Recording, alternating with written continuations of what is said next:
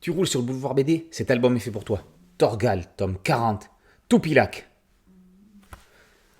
Torgal, Aegirson, ne reçoit d'ordre ni des hommes ni des dieux, et encore moins d'une intelligence artificielle, même si elle est atlante, comme lui.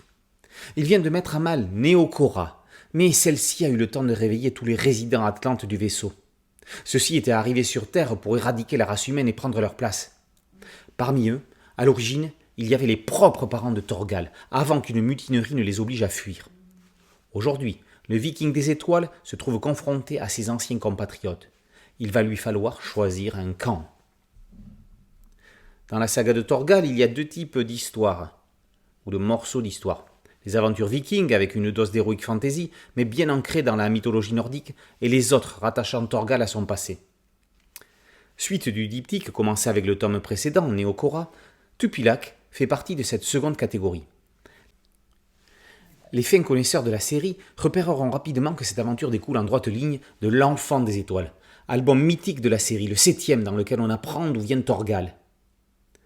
Yann nous dévoile ici les conséquences de la scission dans le groupe d'Atlante ayant voulu rejoindre la Terre. Fred Vigneault reste magistral dans cet album, complexe, très narratif, trop verbeux par moments, mais qui se termine façon blockbuster. Comme d'habitude, un mot sur la couverture, encore une fois signé Rosinski. Elle est réussie, certes, mais n'a pas la puissance de celle justement de L'Enfant des Étoiles.